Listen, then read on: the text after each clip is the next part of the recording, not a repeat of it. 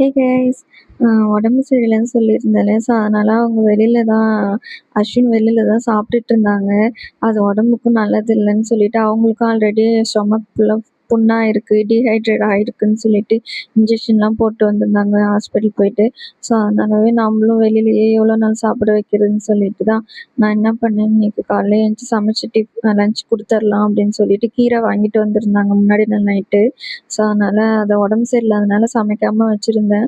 So, இன்னைக்கு தான் எந்திச்சு சமைக்கலாமேன்னு சொல்லிட்டு, கீரை நான் வந்து எப்பயும் போல வெங்காயம், பச்சை மிளகா, கடுகு இதெல்லாம் போட்டு எண்ணெய் ஊத்தி தாளிச்சு, கீரை வதக்கி அதில தேங்காய் துருவி போட்டா கொஞ்சம் டேஸ்டியா இருக்கும். ஆனா, நான் வந்து தேங்காய் துருவுறது இல்ல அப்படின்னால தேங்காவும் இல்ல என்கிட்ட. ஸோ, அதனால அத மட்டுமே அப்படியே வதக்கி, உப்பு போட்டு தேவையான அளவு இதில இருக்க தண்ணி மட்டும் ட்ரை ஆனதும் அப்படியே கொஞ்ச நேரம் வேக வச்சு இறக்கிக்கலாம். மூடி போட தேவையில்ல. ஸோ, நான் அப்படியே தயிர் சாதம் தான் பேக் பண்ணி குடுத்துருந்தேன். அதே கேப்ல அப்படியே காஃபியும் கொஞ்சம் போட்டு தோசையும் பிரேக்ஃபாஸ்ட்டுக்கு வச்சு குடுத்துட்டேன். ம். எனக்கு உடம்பு சரியில்லன்னு சொல்லியிருந்தேன் இல்லையா? ஸோ, வாமிட் வருது அந்த மாதிரிலாம் சொல்லவும், கீழ் வீட்டு ஓனர் ஆன்டி என்ன நினச்சுக்கிட்டாங்க, நான் ப்ரெக்னென்ட்டா இருக்கேன் அப்படின்னு சொல்லிட்டு.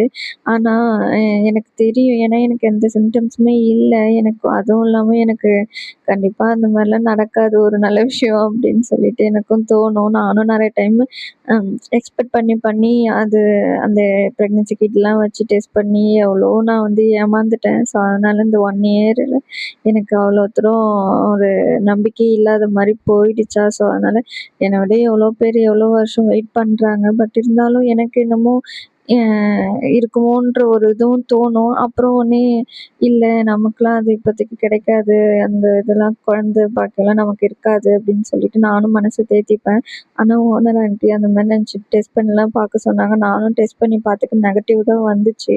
ஸோ, அதனாலவே எனக்கு ஒரு டிசப்பாயிண்டட் இருந்தாலும், அத நான் வந்து ஸ்போர்ட்டிவா எடுத்துக்கணும் இதுக்கப்புறம் அப்படின்னு சொல்லிட்டு, ஏன்னா அஸ்வின் வந்து அடிக்கடி நான் அந்த கிட் வாங்கிட்டு வர சொல்லி டெஸ்ட் பண்றேன் அப்படின்னு சொன்னாலே, அவங்க உடனே "நீ உடனே அழுவ ஆரம்பிச்சுருவ, போயிடுவ" அப்படின்னு சொல்லிட்டு வாங்கிட்டு வர மாட்டேன்னு தான் சொல்லுவாங்க.